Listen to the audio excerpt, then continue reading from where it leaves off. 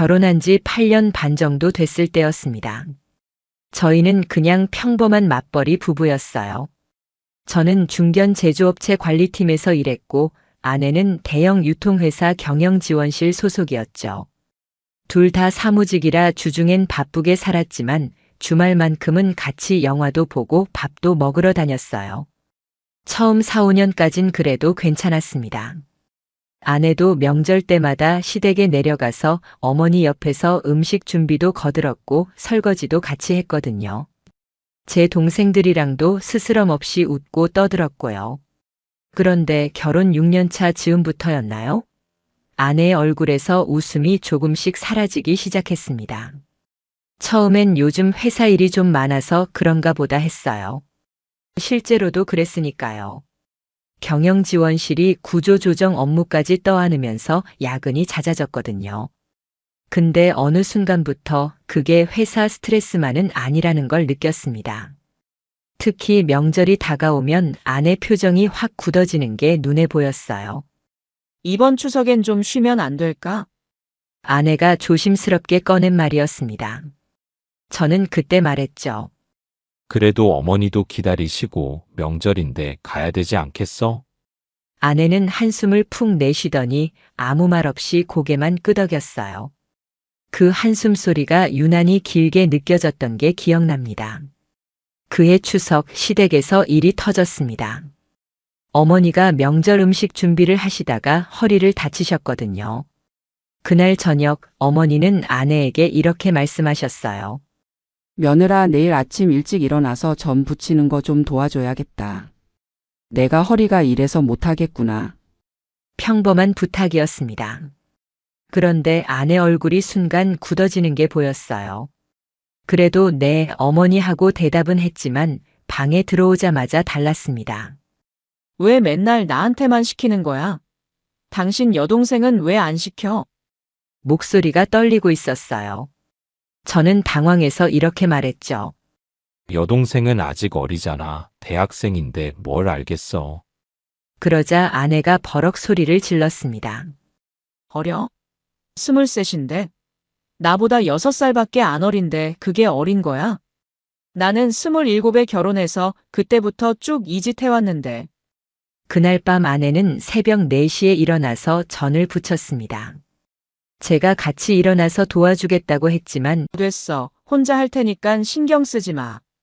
말하면서 부엌으로 들어가더군요. 그 뒷모습이 왠지 외로워 보였지만 저도 피곤해서 다시 눕고 말았어요. 지금 생각하면 그때 같이 일어났어야 했는데 후회가 됩니다. 명절이 끝나고 집으로 돌아오는 차 안에서 아내는 한마디도 하지 않았습니다. 창밖만 멍하니 바라보다가 집에 도착하자마자 곧장 샤워를 하러 들어가더니 1시간 넘게 나오질 않았어요. 나중에 문을 열고 나온 아내의 눈이 퉁퉁 부어 있었습니다. 울었어? 그냥 물 들어가서 그런 거야. 거짓말인 걸 알았지만 더 이상 묻지 않았습니다. 그냥 그날은 서로 아무 말 없이 잤어요. 그 이후로 상황은 점점 나빠졌습니다. 한 달 뒤쯤 어머니가 전화를 하셨어요. 김장철이라 김치 담그는 거 도와달라는 말씀이었죠. 제가 아내한테 말을 꺼냈더니 아내는 휴대폰도 안 보고 냉장고에서 물만 꺼내 마시더군요. 저번 주에 야근 3번이나 했다고. 이번 주말엔 좀 쉬게 해줘. 그래도 어머니가 어머니. 맨날 어머니 얘기만 하네. 나도 사람이야. 나도 쉬고 싶다고. 아내가 손에 들고 있던 컵을 식탁에 3개 내려놨습니다. 물이 튀었어요. 저는 그 모습에 놀라서 아무 말도 못했죠. 아내는 그대로 방으로 들어가 문을 닫았고 저는 거실에 혼자 남았습니다. 결국 그 주말 저 혼자 어머니 댁에 갔어요. 형수님과 제가 김장을 도왔죠. 어머니는 며느리가 안 왔다고 서운해하셨지만 회사 일이 좀 바빠서요 하고 둘러댔습니다. 근데 집에 돌아와서 보니 아내는 멀쩡하게 집에서 드라마를 보고 있더군요. 왔어? 응. 힘들었는데 너도 같이 갔으면 좋았을 텐데. 나 오늘 진짜 몸이 안 좋았어. 생리통도 심하고. 그 말에 더 이상 뭐라 하지 못했습니다. 그런데 며칠 뒤에 알았어요. 그날 아내가 SNS에 카페 사진을 올렸더라고요. 친구들이랑 브런치 먹으러 갔다는 글이었습니다. 순간 뭔가 이상하다는 생각이 들었지만 의심하고 싶지 않았어요. 그냥 몸 상태가 좀 나아져서 나간 거겠지 하고 넘겼죠. 그런데 그 무렵부터 아내의 퇴근 시간이 조금씩 늦어지기 시작했습니다. 원래는 6시 반이면 집에 왔는데 7시 반, 8시, 어떤 날은 9시가 넘어서 들어왔어요. 물어보면 팀 회의가 길어졌어 또는 보고서 정리하느라 좀 걸렸어 이런 대답만 돌아왔습니다. 그러던 어느 날 아내가 집에 들어오면서 이상하게 기분이 좋아 보였어요.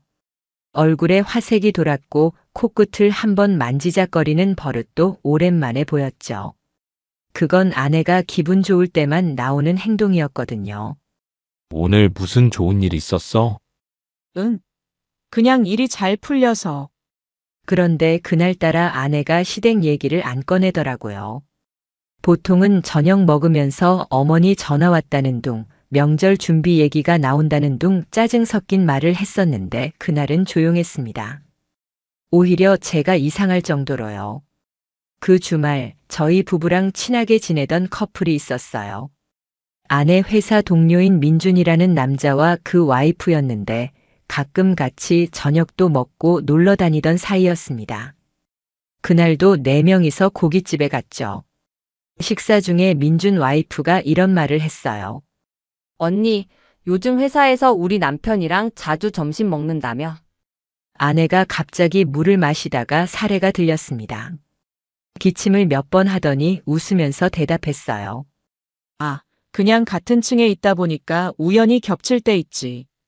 다른 팀원들도 있고. 아, 그렇구나. 우리 남편이 요즘 언니 얘기 자주 하길래. 저는 그 대화를 들으면서 이상한 기분이 들었습니다. 아내가 민준이랑 점심을 먹는다는 얘기를 제게 한 적이 없었거든요. 근데 뭐 회사 사람들이랑 밥 먹는 건 당연한 거니까 대수롭지 않게 넘겼죠. 그때는요. 그런데 그날 밤 집으로 돌아오는 차 안에서 아내가 먼저 말을 꺼냈습니다. 와이프가 좀 예민한가 봐. 남편 점심 먹는 것까지 다 챙기고. 그래. 나는 괜찮던데. 부부끼리 관심 있는 거 아니야? 관심이랑 집착은 다르지. 아내의 목소리가 차갑게 느껴졌어요.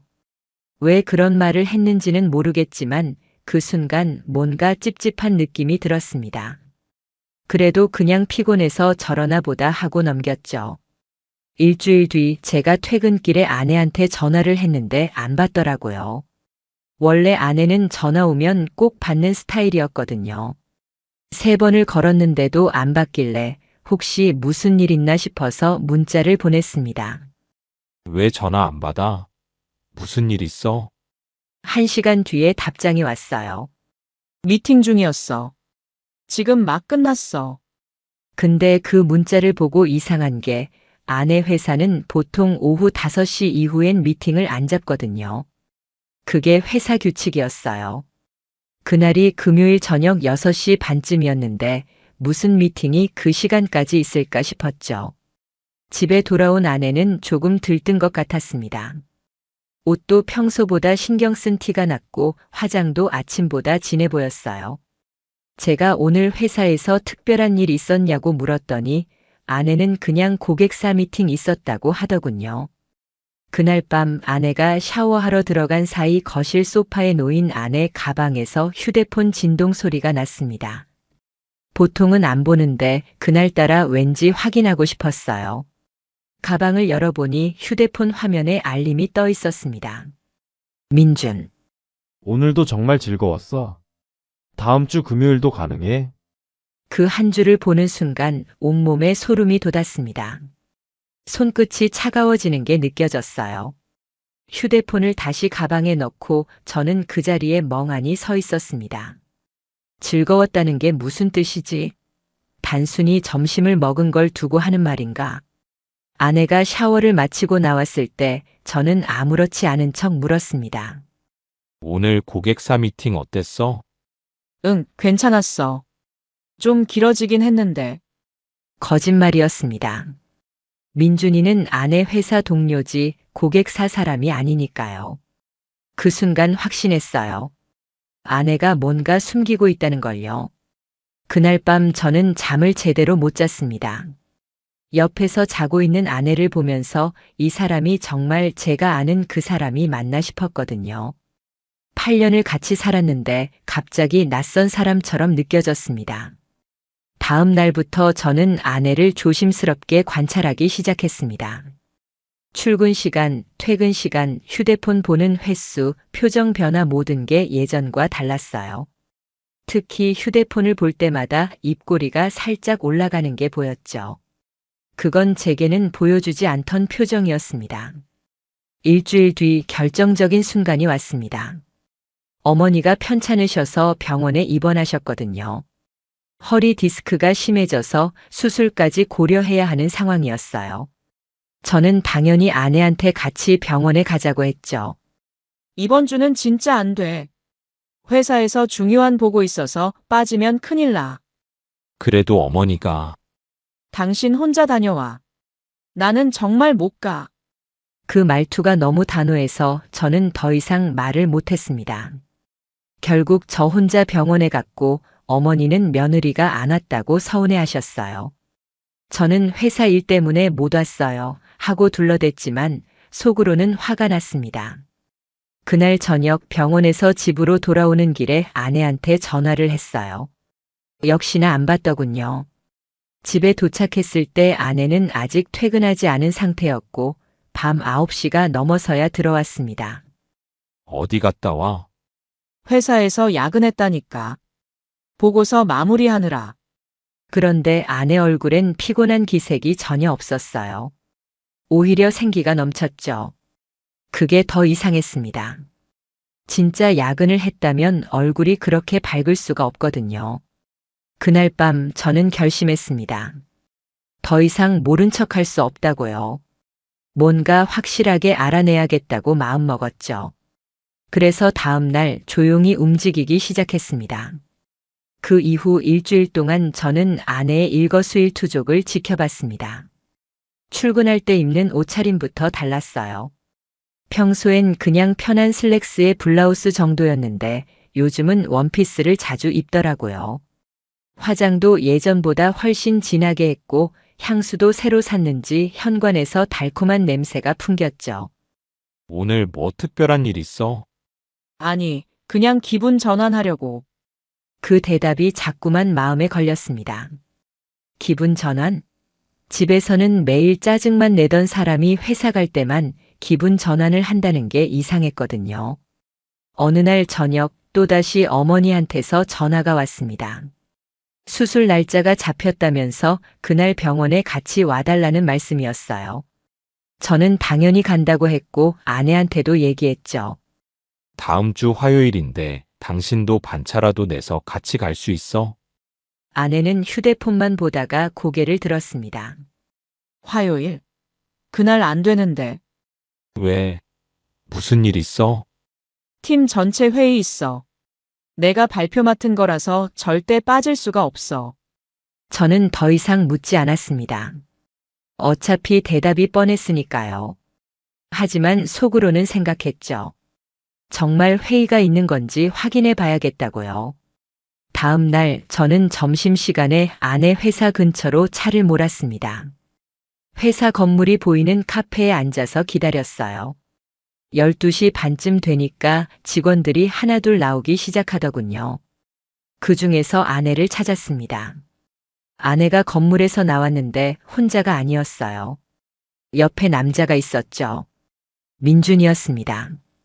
두 사람은 나란히 걸으면서 뭔가 얘기를 나누고 있었고 가끔씩 웃기도 했어요. 그 웃는 모습이 너무 자연스러워서 마치 오래 사귄 연인처럼 보였습니다. 두 사람은 회사 근처 파스타 집으로 들어갔습니다. 저는 차에서 그 모습을 지켜봤어요. 창문 너머로 보이는 두 사람은 마주 앉아 계속 대화를 나누고 있었죠.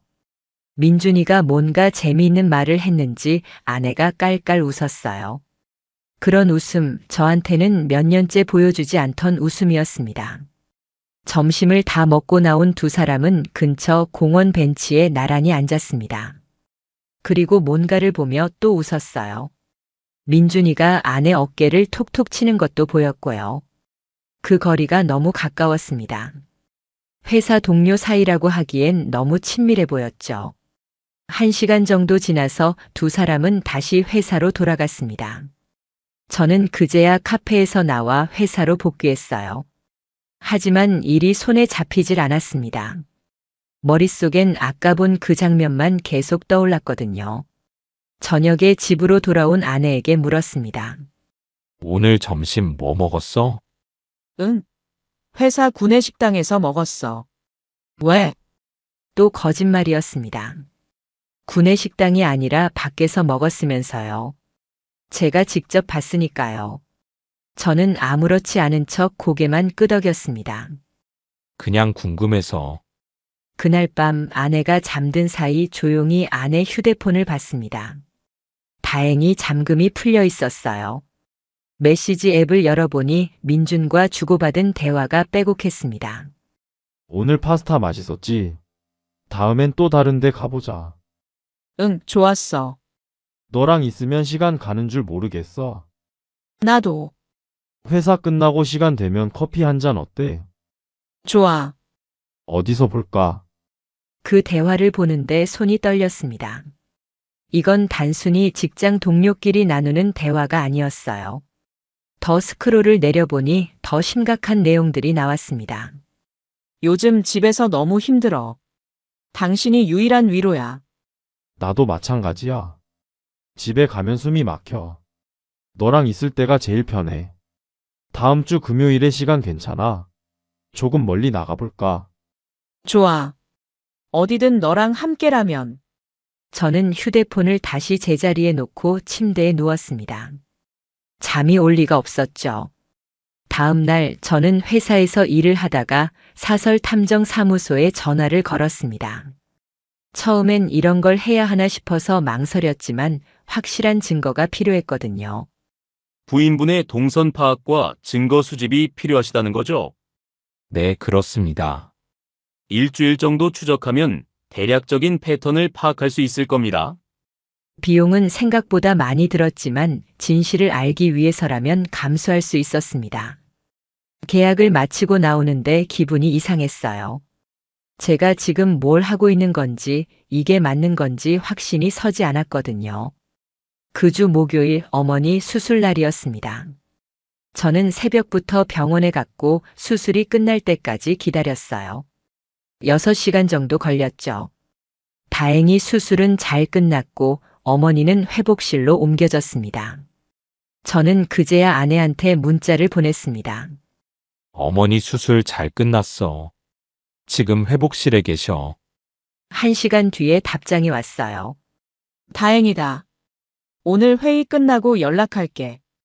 그런데 밤 9시가 넘어도 아내한테서 연락이 없었습니다. 제가 먼저 전화를 걸었죠. 지금 어디야? 회의가 좀 길어져서 이제 막 끝났어. 지금 퇴근하는 중이야. 집에 언제 들어올 것 같아? 1시간 정도 걸릴 것 같아. 그런데 이상했어요. 전화 너머로 들리는 소리가 차 소리가 아니었거든요. 사람들 웃는 소리, 음악 소리가 희미하게 들렸습니다. 저는 묻지 않았지만 확신했죠. 아내가 또 거짓말을 하고 있다는 걸요. 집에 돌아온 건 10시 반이었습니다. 아내는 조금 붉어진 얼굴로 들어왔어요. 미안, 생각보다 늦었지? 회의가 그렇게 오래 걸렸어? 응, 부장님이 자꾸 수정하라고 해서. 또 거짓말. 이제는 거짓말하는 것조차 자연스러워 보였습니다. 제가 어머니 얼굴은 안 볼 거냐고 물으니까 아내가 한숨을 쉬더군요. 이번 주말에 갈게. 그렇게 말하고는 방으로 들어가 버렸습니다. 저는 거실에 혼자 남아 멍하니 앉아 있었어요. 이 결혼 생활이 언제부터 이렇게 꼬이기 시작한 걸까요? 금요일 저녁 탐정한테서 첫 보고가 왔습니다. 사진 몇 장과 함께 간단한 메모가 적혀 있었어요. 오늘 오후 6시 30분 대상자가 회사 근처 와인바에서 남성과 만남. 약 2시간 30분 체류. 남성은 같은 회사 소속으로 파악됨. 사진을 보니 아내와 민준이가 와인바 창가 자리에 앉아 있었습니다. 두 사람은 와인잔을 들고 건배하는 모습이었죠. 그 얼굴들이 너무 밝아서 차라리 모르는 사람처럼 느껴졌어요. 주말이 되었습니다. 아내는 약속대로 병원에 가자고 했어요. 그런데 가는 내내 표정이 안 좋았습니다. 마지못해 가는 티가 역력했죠. 병원에 도착해서 어머니 병실에 들어갔습니다. 어머니는 아내를 보시더니 반갑게 맞아주셨어요. 며느리 왔구나. 고맙다. 바쁠 텐데. 아니에요, 어머니. 괜찮으세요? 아내는 겉으로는 웃었지만 눈은 웃지 않았습니다. 어머니랑 얘기를 나누는 내내 휴대폰만 계속 확인하더군요. 누가 연락이라도 오는지 화면을 자꾸 켜고 끄기를 반복했어요. 1시간 정도 있다가 나왔을 때 아내가 먼저 말했습니다. 나 먼저 가볼게. 친구 만나기로 했어. 무슨 친구? 대학 동기. 오랜만에 만나기로 해서. 또 거짓말인지 진짜인지 알 수가 없었습니다. 저는 그냥 그래 조심히 가하고 보냈죠. 그리고 탐정한테 문자를 보냈어요. 오늘도 추적 가능한가요? 네, 지금 바로 움직이겠습니다.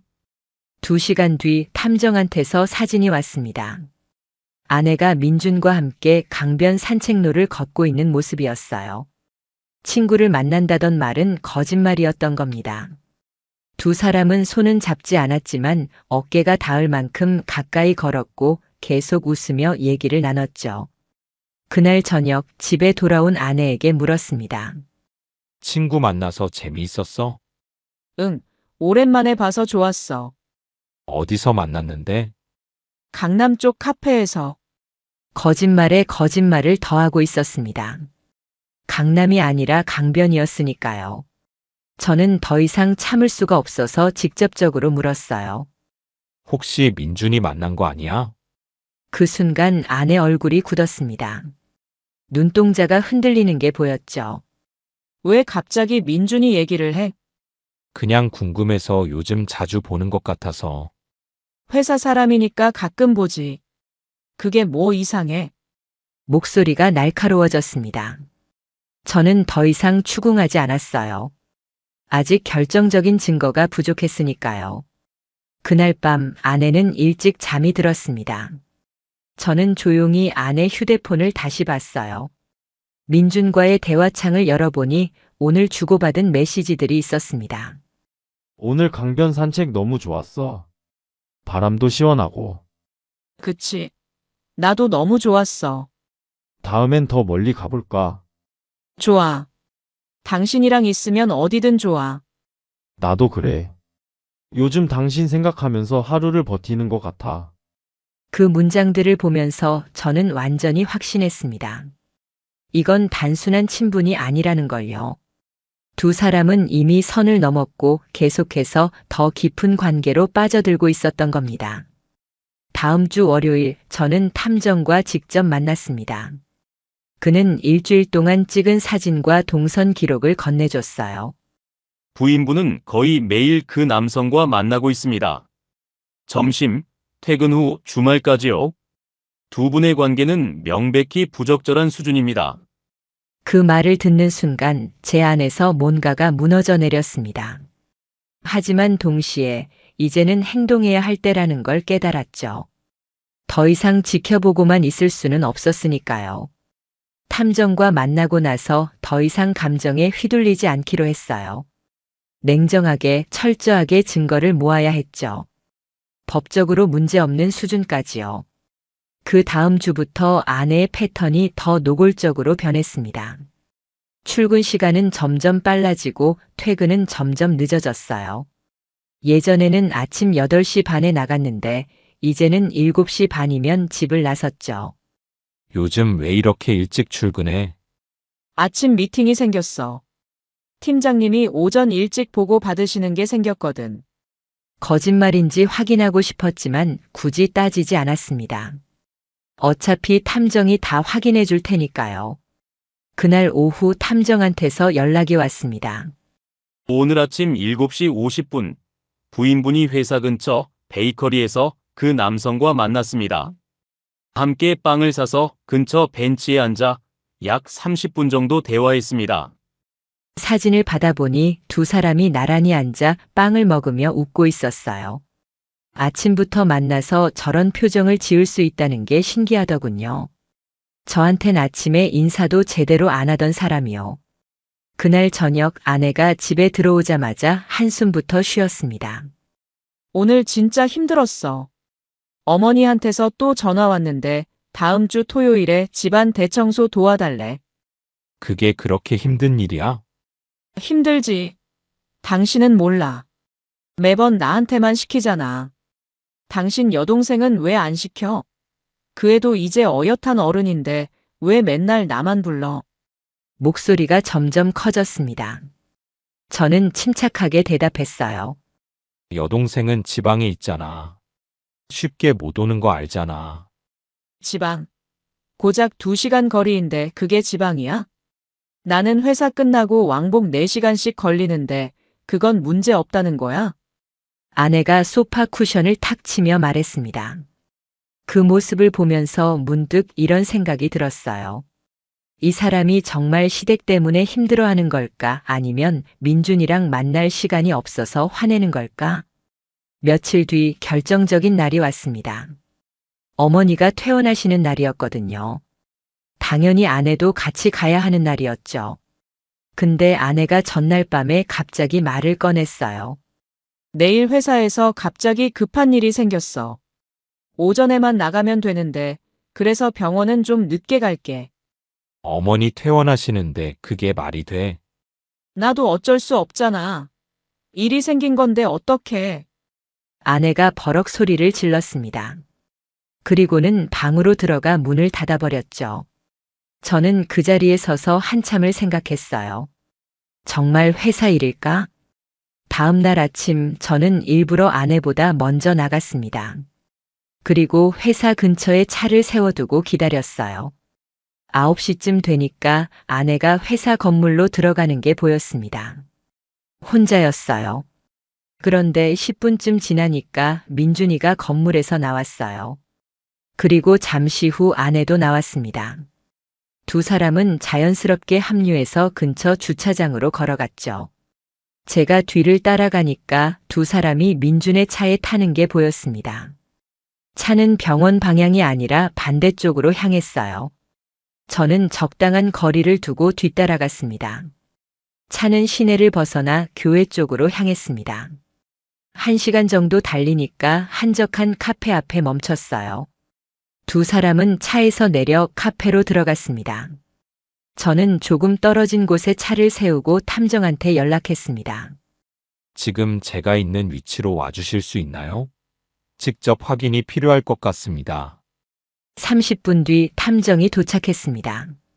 그는 전문 장비로 카페 안을 촬영하기 시작했어요. 창가 자리에 앉은 두 사람의 모습이 선명하게 찍혔습니다.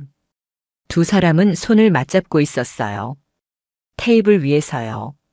민준이가 아내 손등을 쓰다듬는 모습도 보였고 아내는 그걸 거부하지 않았습니다. 오히려 미소를 지으며 고개를 숙였죠. 그 장면을 보는 순간 온몸에 힘이 빠졌습니다. 하지만 동시에 이제는 확실한 증거가 생겼다는 안도감도 들었어요. 2시간쯤 지나서 두 사람이 카페를 나왔습니다. 차에 타기 전 민준이가 아내를 껴안았어요. 포옹이었습니다. 길지는 않았지만 그 포옹만으로도 충분했죠. 두 사람의 관계가 어느 정도인지 알 수 있었으니까요. 저는 병원으로 향했습니다. 어머니는 이미 퇴원 준비를 마치고 계셨어요. 며느리가 안 보인다고 물으시길래 회사 일이 급하게 생겨서 못 왔어요 하고 둘러댔습니다.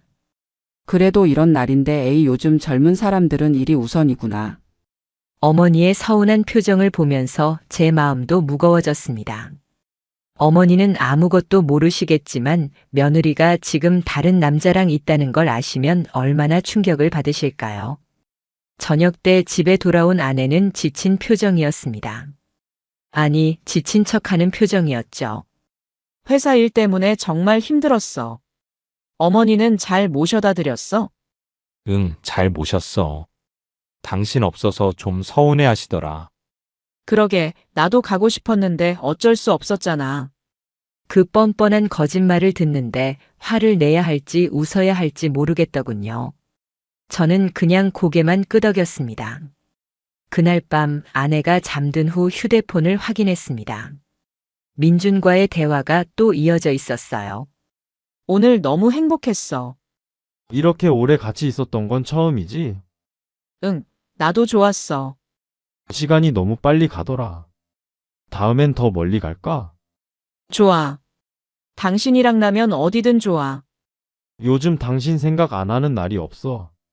나도 마찬가지야. 집에 있으면 답답한데 당신 생각하면 견딜 수 있어. 그 대화를 스크린샷으로 저장했습니다. 증거는 많으면 많을수록 좋으니까요. 다음 주 명절 준비 때문에 또 시댁 얘기가 나왔습니다. 어머니가 전화로 이번 주말에 같이 장 보러 가자고 하셨거든요. 이번 주말에 시댁 가야 해. 어머니가 명절 준비 도와달래. 아내 얼굴이 확 굳었습니다. 또, 명절도 아닌데 왜 벌써 준비를 해? 한 달이나 남았는데.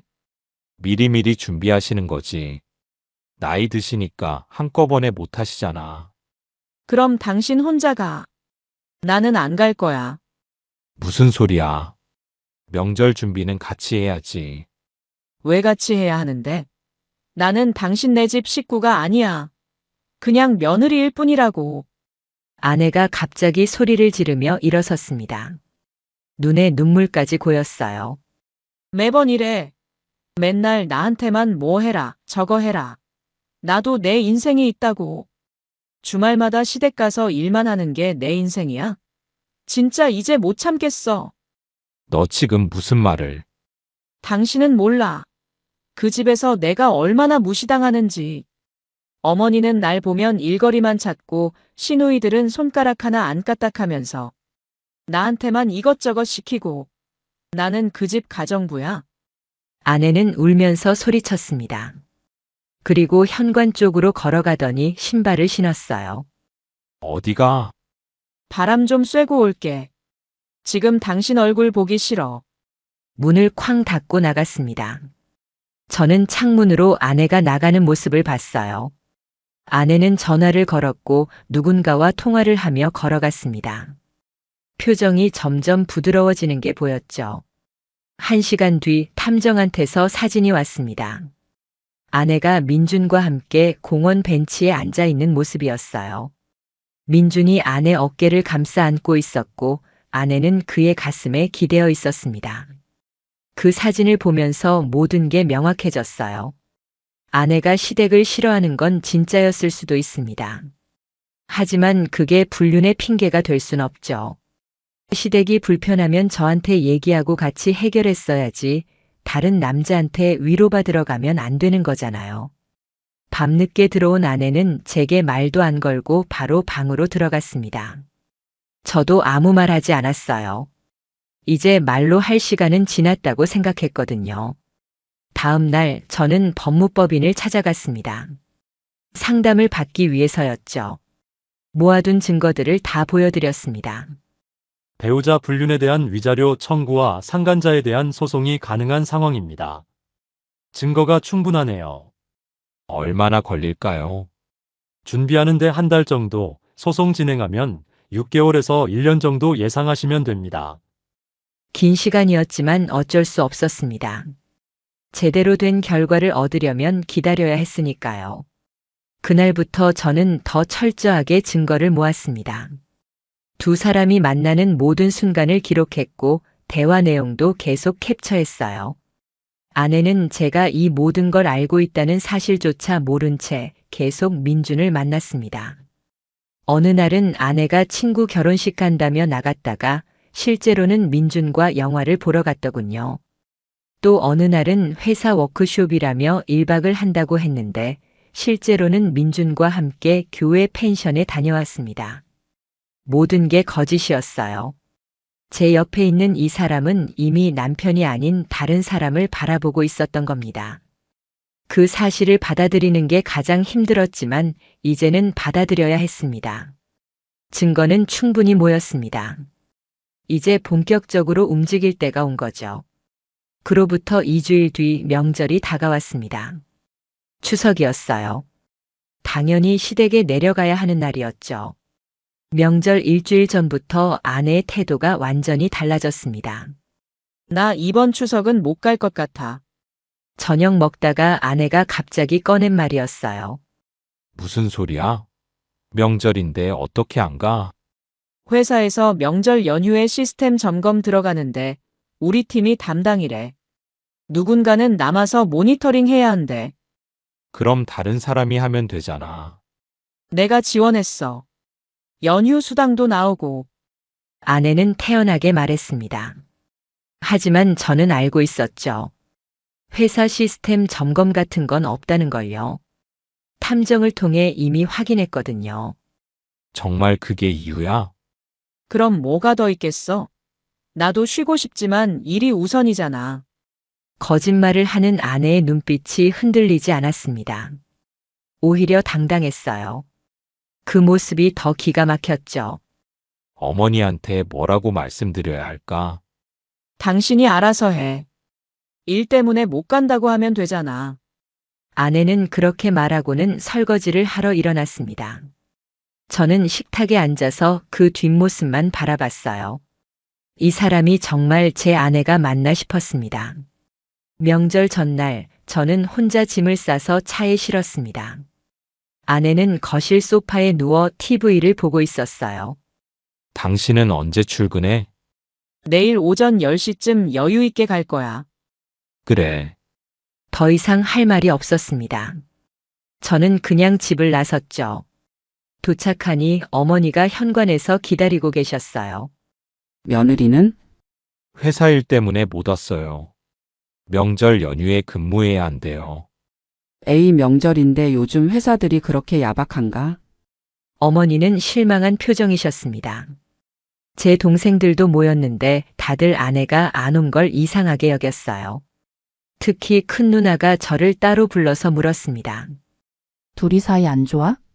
명절에 회사 일이 그렇게 중요해? 아니, 정말 일 때문이래. 누나의 말에 아무 대답도 할 수 없었습니다. 시댁을 피하는 정도가 아니라 아예 다른 남자한테 가 있는 건데 뭐라고 말해야 할지 몰랐거든요. 명절 당일 저는 탐정한테 연락했습니다. 오늘 추적 가능한가요? 네, 이미 대기 중입니다. 오후 2시쯤 탐정한테서 사진이 왔습니다. 아내가 민준과 함께 고급 레스토랑에 앉아 있는 모습이었어요. 명절 음식이 아니라 양식을 먹고 있었죠. 두 사람은 와인잔을 들고 건배하고 있었고 얼굴엔 웃음이 가득했습니다. 저는 그 사진을 보면서 어머니가 부엌에서 혼자 음식 데우시는 모습과 겹쳐봤어요. 80 가까운 어머니가 명절 음식 준비하시느라 며칠을 고생하셨는데 며느리는 다른 남자랑 양식 먹으며 웃고 있다니요. 저녁 때 형수님이 말씀하셨습니다. 요즘 며느리들은 시댁 오는 걸 정말 싫어하더라. 우리 친정 조카 며느리도 작년부터 명절에 안 온대. 시대가 그렇게 변했나 봐요? 어머니가 한숨을 쉬며 말씀하셨습니다. 그래도 가족인데 1년에 두세 번 모이는 게 그렇게 힘든 일인가? 우리가 뭐 며느리한테 못되게 군 것도 없는데. 어머니의 말씀에 가슴이 아팠습니다. 어머니는 정말 며느리를 잘 대해주셨거든요. 명절 때마다 용돈도 따로 챙겨주시고 아내가 좋아하는 반찬도 따로 싸주셨어요. 그런데 아내는 그걸 당연하게 여겼고 오히려 불만만 쌓였던 거죠. 명절 다음 날 일어난 일이 있었습니다. 제 여동생이 남자친구를 데려왔는데 어머니가 정말 반갑게 맞아주셨어요. 점심도 차려주시고 과일도 깎아주시면서요. 그 모습을 보면서 문득 생각났습니다. 아내가 예전에 했던 말이요. 어머니는 딸이랑 며느리를 다르게 대해. 여동생한테는 집안일 하나도 안 시키면서 나한테는 맨날 뭐 해라 저거 해라 그러잖아. 그때는 그냥 아내가 예민해서 그런가 보다 했는데 지금 보니 아니었어요. 여동생은 딸이고 아내는 며느리니까 당연히 역할이 다른 거였죠. 근데 아내는 그걸 차별이라고 받아들였던 겁니다. 서울로 돌아오는 길에 저는 계속 그 생각을 했습니다. 아내가 시댁을 싫어하게 된 이유들을요. 어쩌면 제가 아내 편을 좀 더 들어줬어야 했나? 어머니와 아내 사이에서 중재를 더 잘했어야 했나? 하지만 곧 고개를 저었습니다. 아무리 시댁이 불편해도 그게 불륜의 이유가 될 순 없으니까요. 불만이 있으면 저한테 말했어야죠. 다른 남자한테 위로받으러 갈 게 아니라요. 집에 도착하니 밤 10시였습니다. 아내는 소파에 앉아 휴대폰을 보고 있었어요. 제가 들어가니까 고개를 들었습니다. 왔어? 응. 어머니가 보고 싶어 하시더라. 아내는 별 관심 없다는 듯이 다시 휴대폰을 봤습니다. 저는 짐을 풀면서 물었어요. 회사 일은 어땠어? 시스템 점검? 응, 별일 없었어. 그냥 모니터링만 하다 왔어. 힘들었겠다. 괜찮아. 연휴 수당 받으니까. 거짓말 위에 거짓말을 더하는 모습이었습니다. 저는 더 이상 아무 말도 하지 않았어요. 그날 밤 아내가 잠든 후 다시 휴대폰을 확인했습니다. 민준과의 대화가 길게 이어져 있었어요. 이틀 동안 같이 있어서 너무 좋았어. 진짜 우리끼리만 사는 것 같았어. 나도. 명절인데 가족이랑 안 있고 당신이랑 있으니까 더 특별했어. 다음 연휴 때도 우리끼리 보낼 수 있을까? 당연하지. 그때도 나 일 있다고 할게. 고마워. 당신 없으면 나 어떻게 살아? 나도 마찬가지야. 당신이 내 전부야. 그 대화를 캡처하면서 손이 떨렸습니다. 분노 때문인지 슬픔 때문인지 알 수 없었어요. 그냥 온몸이 떨렸죠. 일주일 뒤 어머니한테서 전화가 왔습니다. 며느리 좀 바꿔줘. 어머니, 지금 아내가 출근했는데요. 그래? 그럼 전해줘. 다음 주말에 김장하는데 와서 도와달라고. 네, 전할게요. 전화를 끊고 저는 한숨을 쉬었습니다. 아내한테 이 말을 전하면 또 난리가 날 게 뻔했거든요. 저녁에 아내한테 말했습니다. 어머니가 다음 주말에 김장 도와달래. 예상대로 아내 얼굴이 굳었습니다. 또, 왜 맨날 나야? 당신 형수는? 당신 누나는? 형수님도 가고 큰 누나도 다 같이 하는 거야. 나는 안 갈 거야. 진짜 이제 못 참겠어. 명절에도 안 갔는데 이것까지 안 가면 어떡해. 그럼 당신이 설명해. 당신 엄마한테 말해봐. 며느리도 사람이라고 주말마다 시댁 와서 일만 하는 게 싫다고. 아내가 소리를 지르며 벽을 쳤습니다. 손바닥이 벽에 닿는 소리가 크게 울렸어요. 당신네 집은 진짜 구시대 사람들이야. 며느리를 뭐로 보는 거야? 집안일 하는 기계로 봐. 내가 왜 그 집 일을 해야 하는데? 나도 주말엔 쉬고 싶다고. 그래도 어머니가 어머니. 당신은 맨날 어머니 얘기만 해. 나는 당신한테 뭐야? 그냥 당신네 집 일 해주는 사람이야? 아내는 울먹이며 말했습니다. 눈물도 흘렀어요. 하지만 그 눈물이 진짜인지 연기인지 알 수가 없었습니다.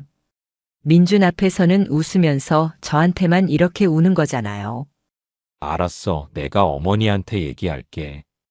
그래, 제대로 얘기해줘. 나 이제 진짜 못 간다고. 아내는 방으로 들어가 문을 닫았습니다. 그리고 곧바로 전화를 거는 소리가 들렸어요. 민준한테 전화하는 거겠죠. 또 위로받으러요. 저는 어머니한테 전화를 드렸습니다. 어머니, 아내가 다음 주에 회사 일정이 있대요. 김장은 제가 혼자 가겠습니다. 그래? 며느리가 요즘 참 바쁘구나. 죄송합니다, 어머니.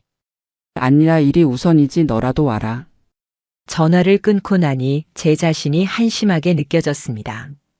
계속 거짓말로 둘러대고 있는 제 모습이요. 그날 밤부터 저는 본격적으로 준비를 시작했습니다. 법률 서류를 정리하고 증거 자료를 파일로 만들었어요. 탐정이 찍어준 사진만 해도 100장이 넘었고 대화 캡처는 수십 페이지였죠. 이제 거의 다 됐습니다. 마지막으로 결정적인 증거 하나만 더 확보하면 본격적으로 움직일 수 있을 것 같았어요. 그리고 그 기회는 생각보다 빨리 왔습니다. 2주일 뒤 아내가 말했습니다. 다음 주말에 대학 동기들이랑 1박 2일로 여행 간다. 어디로? 강원도 쪽 오랜만에 모이는 거라서. 또 거짓말이겠죠. 저는 태연하게 대답했습니다. 그래, 잘 다녀와 조심하고. 응, 고마워. 아내는 기분 좋게 웃었습니다. 저는 그 웃음을 보면서 확신했어요. 이번에 끝을 봐야겠다고요. 그 주 내내 저는 아내의 여행 준비를 지켜봤습니다. 평소에는 여행 갈 때 대충 짐을 싸던 사람이 이번엔 정성스럽게 옷을 골랐어요. 새로 산 원피스도 있었고 화장품도 평소보다 많이 챙겼죠. 대학 동기들 만나는데 왜 이렇게 신경 써? 오랜만에 보는 거잖아. 좀 예쁘게 입고 싶지. 아내는 거울을 보며 웃었습니다. 그 웃음이 너무 자연스러워서 거짓말에 완전히 익숙해진 것 같았어요. 금요일 아침 아내가 출근할 때 큰 가방을 들고 나갔습니다. 오늘 회사 끝나고 바로 출발할 거야. 내일 저녁에 들어올게. 조심히 다녀와. 현관문이 닫히고 저는 바로 탐정한테 전화를 걸었습니다. 오늘부터 내일까지 계속 추적 부탁드립니다. 아마 멀리 갈 것 같으니 준비해 주세요. 알겠습니다. 동선 파악하고 있겠습니다. 오전 10시쯤 탐정한테서 첫 보고가 왔습니다. 대상자가 회사가 아닌 강남역 인근 카페로 이동했습니다. 남성과 합류했고 현재 같은 차량으로 이동 중입니다. 회사는 거짓말이었던 거죠. 아예 처음부터 민준과 만나기로 한 거였어요. 정오쯤 또 연락이 왔습니다. 현재 경기도 방향 고속도로 진입했습니다. 목적지는 강원도 쪽으로 추정됩니다. 저는 차를 몰고 집을 나섰습니다. 직접 확인하고 싶었거든요. 탐정이 보내준 위치를 따라 고속도로에 올랐죠. 2시간쯤 달리니 탐정한테서 다시 연락이 왔습니다. 춘천 쪽 펜션 단지에 도착했습니다. 힐링스테이라는 펜션으로 들어갔습니다. 저는 그 펜션에서 조금 떨어진 주차장에 차를 세웠습니다. 그리고 탐정과 합류했어요. 지금 체크인하고 있을 겁니다. 예약 확인해보니 2인실로 하룻밤 예약되어 있습니다. 사진 찍을 수 있나요? 네, 최대한 확보하겠습니다. 저는 차 안에서 기다렸습니다. 1시간쯤 지나니 탐정한테서 사진이 왔어요. 펜션 테라스에 나란히 앉아있는 두 사람의 모습이었습니다. 커피를 마시며 얘기하고 있었죠. 민준이 아내 손을 잡고 있는 모습도 선명하게 찍혔습니다. 저녁 시간이 되었습니다. 두 사람이 펜션 근처 레스토랑으로 나왔어요. 저는 먼 곳에서 그 모습을 지켜봤습니다. 두 사람은 창가 자리에 마주 앉아 식사를 했고 계속 웃으며 대화를 나눴죠. 식사를 마치고 다시 펜션으로 돌아가는 두 사람의 모습을 보면서 가슴이 너무 아팠습니다. 8년 동안 같이 살았던 사람이 이렇게 자연스럽게 다른 남자랑 여행을 올 수 있다는 게 믿기지 않았어요. 그날 밤 저는 근처 모텔에 방을 잡고 누웠지만 잠이 오지 않았습니다. 머릿속엔 온갖 생각이 휘몰아쳤어요. 아내가 저 펜션에서 민준과 무슨 얘기를 나누고 있을까? 제 얘기도 하고 있을까? 시댁 욕도 하고 있을까? 다음 날 아침 탐정한테서 연락이 왔습니다. 대상자들이 아침 산책을 나왔습니다. 근처 호수로 이동 중입니다. 저도 조심스럽게 그 뒤를 따라갔어요. 호수가 내려다 보이는 벤치에 두 사람이 앉았습니다. 민준이 아내 어깨를 감싸고 아내는 그의 가슴에 기댔어요. 그 장면이 너무 자연스러워서 마치 오래 사귄 연인 같았습니다. 잠시 후 민준이 아내 얼굴을 향해 고개를 숙였습니다. 입을 맞추는 장면이었어요. 아내도 거부하지 않았죠. 오히려 눈을 감고 받아들였습니다. 탐정이 그 순간을 연속으로 촬영했습니다. 저는 차 안에서 그 장면을 보면서 모든 감정이 무너져 내리는 걸 느꼈어요. 분노도 슬픔도 아닌 그냥 텅 빈 기분이었습니다. 정오쯤 두 사람이 펜션을 떠나 서울로 돌아왔습니다. 저도 뒤따라왔죠. 강남역 근처에서 두 사람이 헤어졌고 아내는 자기 차를 타고 집으로 향했습니다. 저는 아내보다 먼저 집에 도착해서 평소처럼 거실에 앉아 있었어요. 1시간쯤 후 아내가 들어왔습니다. 다녀왔어. 응, 잘 다녀왔어? 재미있었어? 응, 오랜만에 친구들 만나니까 좋더라. 거짓말을 하는 아내의 얼굴에는 아무런 죄책감도 보이지 않았습니다. 오히려 상쾌해 보였어요. 뭐 했는데? 그냥 펜션 빌려서 놀고 근처 관광지 구경하고 밤에는 늦게까지 수다 떨고. 좋았겠다. 응, 다음에 또 가기로 했어. 아내는 짐을 풀러 방으로 들어갔습니다. 저는 소파에 앉아 탐정이 보내준 사진들을 다시 봤어요.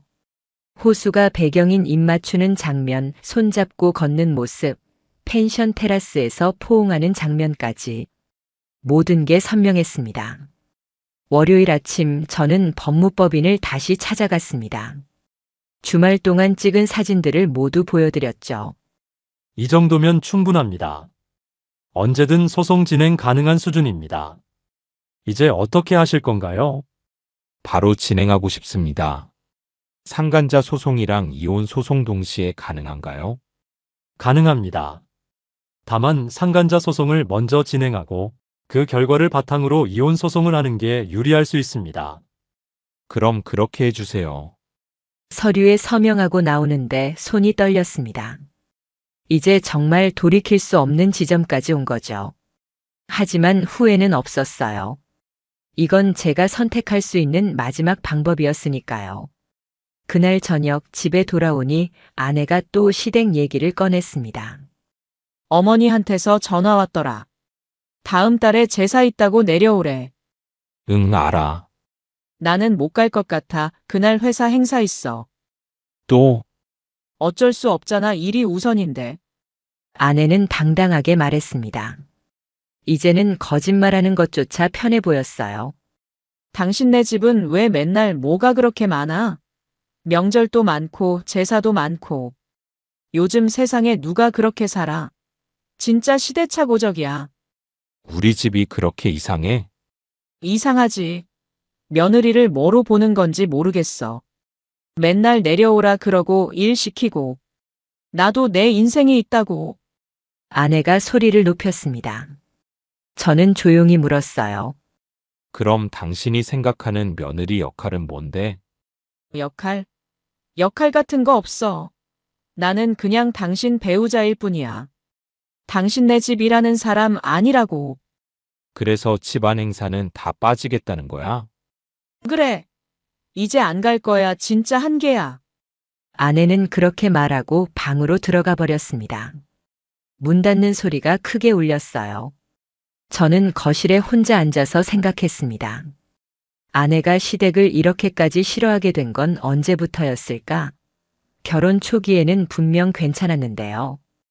웃으면서 명절 음식도 같이 만들고 어머니랑 시장도 다녀왔었는데 그러다 문득 깨달았습니다. 민준과 가까워진 시점이랑 시댁을 극도로 싫어하기 시작한 시점이 비슷하다는 걸요. 어쩌면 아내는 민준한테서 위로받으면서 시댁에 대한 불만을 더 키웠던 게 아닐까요? 민준이 당신 시댁이 너무하네요. 당신이 고생이 많네요. 이런 말을 해주면서 아내를 부추긴 건 아닐까요? 며칠 뒤 민준의 와이프한테서 연락이 왔습니다. 제가 먼저 연락한 거였어요. 무슨 일로 연락하셨어요? 만나서 얘기 좀 해야 할 것 같아요. 중요한 일입니다. 네? 무슨 일인데요? 전화로는 어렵고 직접 만나서 말씀드리고 싶습니다. 우리는 다음 날 카페에서 만났습니다. 저는 준비해간 사진들을 보여줬어요. 민준과 제 아내가 함께 있는 모든 장면들을요. 민준 와이프는 사진을 보더니 얼굴이 하얗게 변했습니다. 이게 대체 뭐예요? 보시다시피입니다. 두 사람이 몇 달째 이런 관계를 지속하고 있었어요. 이럴 수가. 저 사람이 요즘 야근이 많다고 했는데 그게 다 거짓말이었던 거예요. 그분은 울기 시작했습니다. 손으로 얼굴을 가리고 한참을 우셨어요. 어떻게 하실 거예요? 법적으로 대응하려고 합니다. 상간자 소송을 준비 중입니다. 저도 이혼하겠습니다. 이런 사람이랑은 더 이상 못 살겠어요. 민준 와이프는 떨리는 목소리로 말했습니다. 그리고 증언에 협조하겠다고 약속했어요. 그날 이후 일주일 동안 저는 마지막 준비를 마쳤습니다. 모든 증거를 정리하고 소송 서류를 완성했죠. 이제 정말 시작할 때가 온 겁니다. 금요일 저녁 아내가 퇴근해서 집에 들어왔을 때 저는 거실 테이블에 서류들을 펼쳐놓고 앉아 있었습니다. 뭐해? 당신한테 보여줄 게 있어. 아내가 다가와서 테이블을 봤습니다. 그리고 거기 놓인 사진들을 보는 순간 얼굴이 굳어졌어요. 이게 뭐야? 당신이 민준이랑 지난 몇 달 동안 한 일들이야. 전부 다 여기 있어. 아내는 사진들을 하나씩 넘겨봤습니다. 손이 떨리고 있었죠. 당신 나를 미행한 거야? 미행이 아니라 확인이었어. 그리고 예상대로였지. 이걸 언제부터? 오래됐어. 당신이 거짓말하기 시작한 그때부터. 아내는 주저앉듯이 소파에 앉았습니다. 얼굴이 창백해졌어요. 내가 왜 이렇게 됐는지 알아? 다 당신네 집 때문이야. 당신네 어머니 때문에, 시댁 때문에 내가 이렇게 된 거라고. 시댁이 불만이면 나한테 말했어야지. 왜 다른 남자한테 갔어? 말해도 소용없잖아. 당신은 언제나 어머니 편이었어. 내 말은 한 번도 제대로 들어준 적 없잖아. 아내가 소리쳤습니다. 그래서 불륜을 저질러도 된다는 거야? 그게 정당화될 수 있는 이유라고 생각해? 정당화가 아니라 나도 어쩔 수 없었어. 너무 힘들었어. 민준이는 내 말을 들어줬어. 날 이해해줬다고. 이해? 그게 이해야? 다른 사람 남편을, 다른 사람 와이프를 빼앗아가는 게 아내는 대답하지 못했습니다. 그저 고개만 떨구고 있었죠. 나 이제 법적으로 대응할 거야. 민준이한테도, 당신한테도 증거는 충분해. 그 말에 아내가 고개를 들었습니다. 재판까지 할 거야? 그럼 다 끝나는 거 알잖아. 이미 끝났어. 당신이 민준이랑 손잡는 순간부터. 저는 자리에서 일어났습니다. 더 이상 할 말이 없었거든요. 그날 밤 아내는 집을 나갔습니다. 짐을 몇 가지 챙겨서 친구 집에 간다고 하더군요. 저는 말리지 않았어요. 오히려 편했습니다. 다음 주 월요일 법무법인에서 본격적으로 소송 절차를 시작했습니다. 민준에게 내용 증명이 발송됐고 며칠 뒤 민준한테서 전화가 왔어요. 저 좀 만나 주실 수 있을까요? 만나서 할 얘기 있나? 제발요, 한 번만 기회를 주세요. 저는 회사 근처 조용한 공원에서 만나기로 했습니다. 민준은 초췌한 얼굴로 나타났어요. 형님, 정말 죄송합니다. 제가 정신이 없었습니다. 정신이 없어서 남의 와이프랑 몇 달씩 만난 거야? 그게 처음엔 그냥 상담해주는 정도였습니다. 시댁 문제로 많이 힘들어 하시길래 조언을 좀 해드렸는데 그게 점점 선을 넘었다는 거지? 민준은 고개를 숙였습니다. 형님, 소송만은 취하해 주실 수 없을까요? 제가 회사에서 알려지면 정말 끝입니다. 집사람도 이혼하겠다고 하고 애들도 있는데. 그럼 나는 어떻게 되든 상관없어. 그게 아니라 제가 보상해 드리겠습니다. 금전적으로라도. 돈으로 해결될 문제가 아니야. 너희 둘이 한 행동은 명백한 잘못이고 그에 대한 책임을 져야 해. 민준은 더 이상 말하지 못했습니다. 저는 자리에서 일어났죠. 일주일 뒤 민준의 회사에서 연락이 왔습니다. 인사팀장이었어요.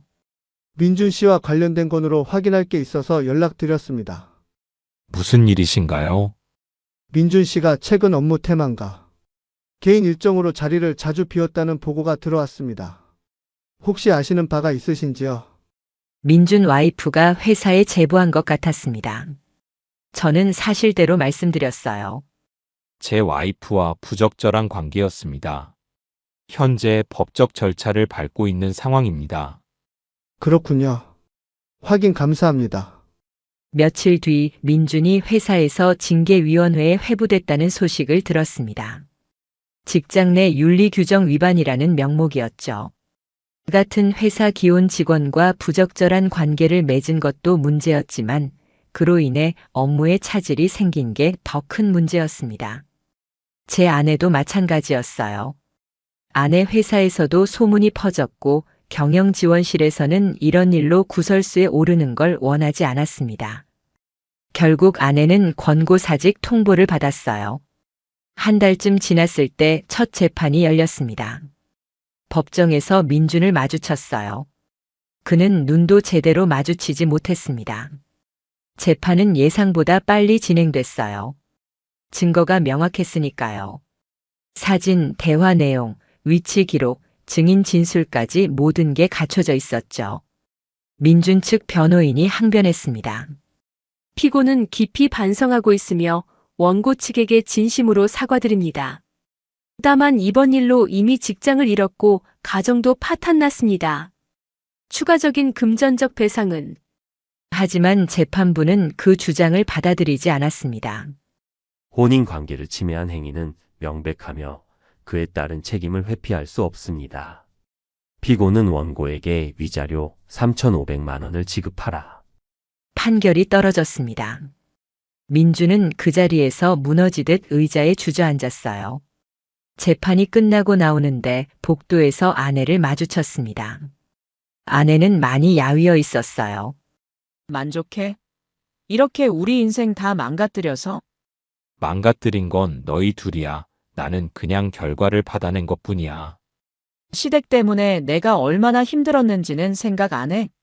나도 피해자라고. 피해자? 피해자가 다른 남자랑 여행 다니고 입맞춤을 해? 그게 피해자가 하는 행동이야? 아내는 말문이 막혔습니다. 그리고 돌아서서 걸어갔어요. 그게 아내와 마지막으로 나눈 대화였습니다. 그 뒤로 상황이 급격히 악화됐습니다. 민준은 회사에서 해고당했고 위자료를 감당할 능력이 없었어요. 결국 법원에서 강제 집행 절차가 진행됐고 그의 재산이 압류됐습니다. 민준의 와이프는 이혼을 했고 양육권과 재산 분할해서 모든 걸 가져갔어요. 민준은 혼자 남게 됐죠. 들리는 얘기로는 원룸에서 혼자 살고 있다고 했습니다. 제 아내 역시 갈 곳이 없었습니다. 친구 집을 전전하다가 결국 고시원으로 들어갔다는 얘기를 들었어요. 회사에서 나온 퇴직금으로 겨우 생활하고 있다고 했죠. 더 충격적인 건 그 뒤였습니다. 민준과 아내가 서로를 원망하기 시작한 거예요. 지인을 통해 들은 얘기인데 민준은 그 사람이 먼저 접근했다고 했고 아내는 그 사람이 위로해준다고 해서 믿었던 건데 다 거짓말이었다고 했답니다. 서로를 사랑한다던 사람들이 결국 서로를 탓하고 있었던 거죠. 저는 그 얘기를 듣고 씁쓸하게 웃었습니다. 2달 뒤 민준이 제게 다시 연락을 했어요. 위자료를 한꺼번에 낼 수가 없습니다. 분할로 해주실 수 없을까요? 안 돼. 판결대로 이행해. 그럼 정말 제가 신용불량자가 됩니다. 제발 좀. 저는 전화를 끊어버렸습니다.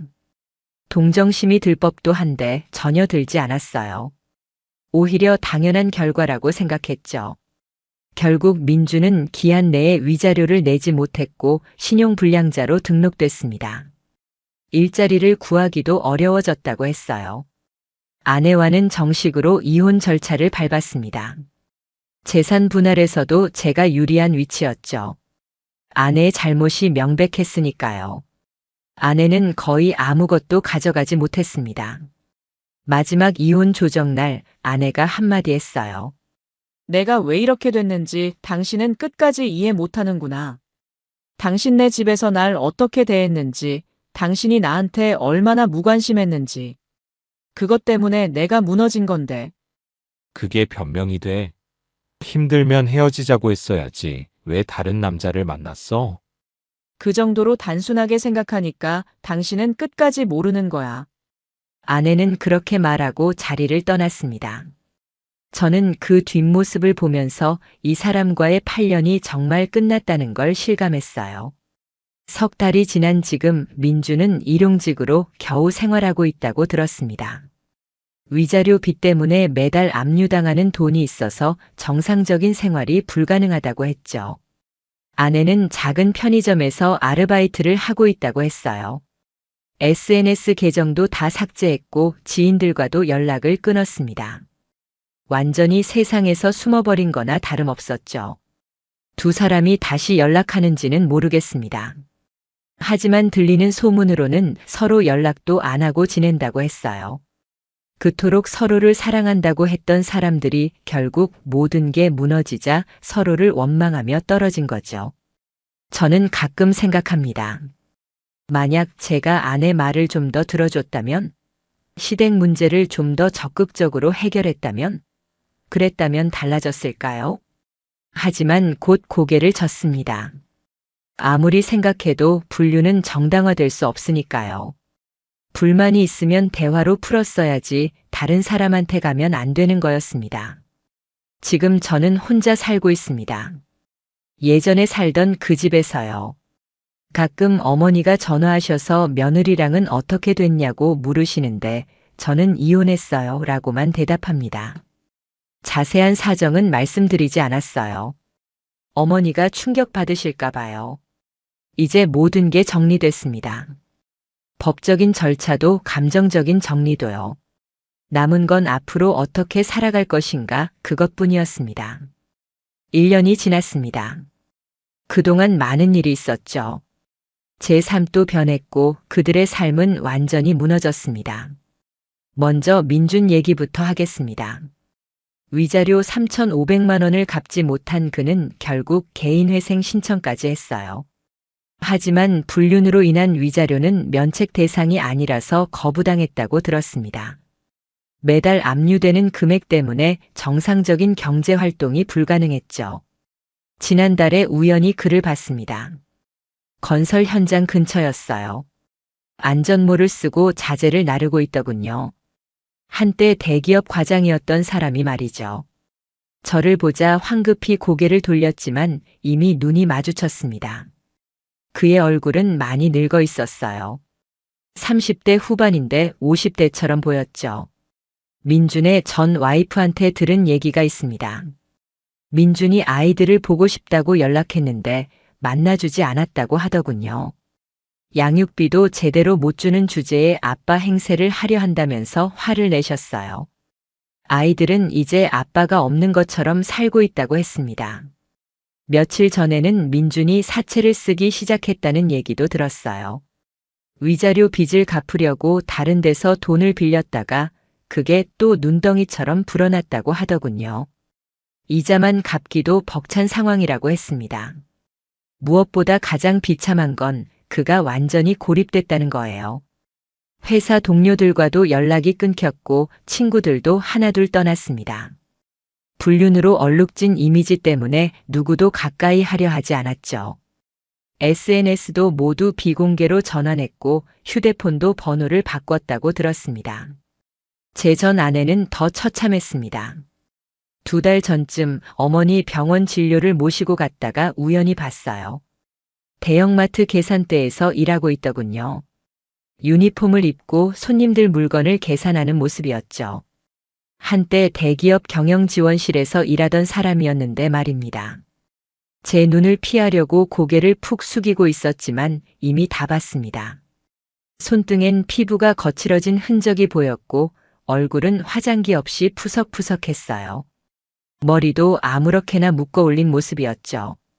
들리는 소문으로는 제 아내가 원룸에서 혼자 살고 있다고 했어요. 고시원을 벗어나긴 했지만 그나마도 월세가 밀려서 곧 나가야 할 처지라고 하더군요. 퇴직금은 진작에 다 떨어졌고 지금은 마트 급여로 겨우 생활한다고 했습니다. 더 충격적인 건 제 아내가 옛날 친구들한테 돈을 빌리려 했다는 얘기였어요. 하지만 모두 거절당했다고 합니다.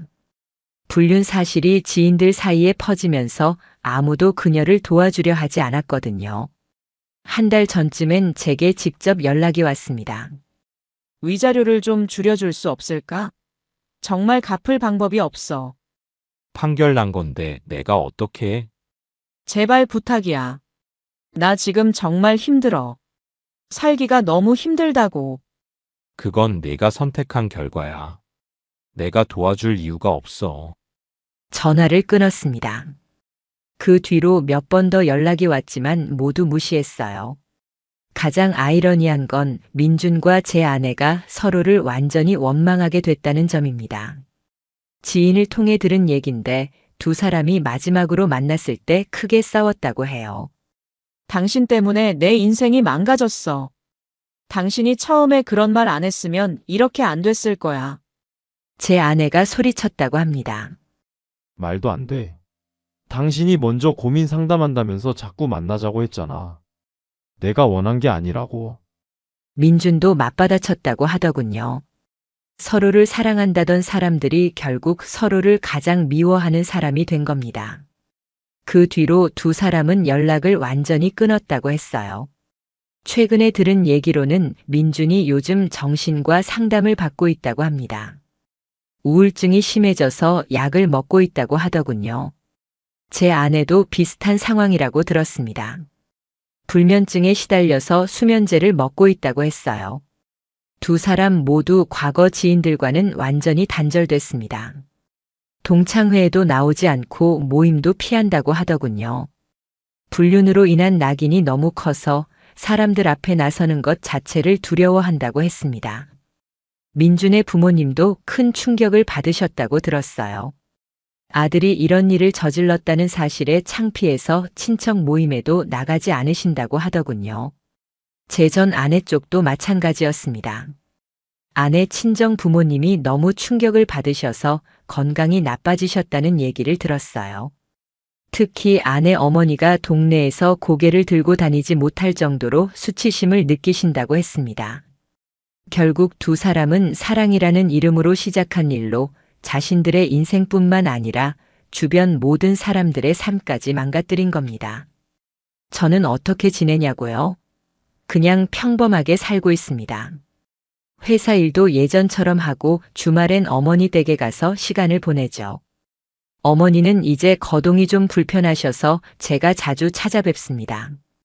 가끔 새로운 사람을 만나보라는 제안도 받지만 아직은 그럴 마음이 없어요.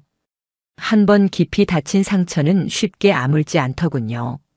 다만 한 가지는 확실합니다. 저는 제 선택을 후회하지 않습니다. 끝까지 진실을 밝혀내고 그들에게 책임을 물은 것 말이죠. 만약 제가 그냥 모른 척하고 넘어갔다면 지금도 속고 살았을 테니까요. 사람들은 가끔 제게 묻습니다. 그렇게까지 해야 했냐고요. 하지만 저는 되묻고 싶습니다. 그럼 당하고만 있어야 했냐고요. 배신은 용서받을 수 없습니다. 아무리 그럴듯한 이유를 갖다 붙여도 잘못은 잘못이니까요. 그리고 잘못에는 반드시 대가가 따른다는 걸 그들은 뼈저리게 깨달았을 겁니다. 지금 이 순간도 민주는 빚에 쪼들리며 하루하루를 버티고 있을 거고 제 전 아내는 초라한 원룸에서 후회하고 있겠죠. 하지만 그건 그들이 선택한 길이었습니다. 저는 이제 앞을 봅니다. 과거는 과거일 뿐이니까요. 다만 한 가지 제가 겪은 일들이 다른 누군가에게는 교훈이 되길 바랄 뿐입니다. 사랑이라는 이름으로 저지른 배신은 결국 모든 것을 파괴한다는 걸요.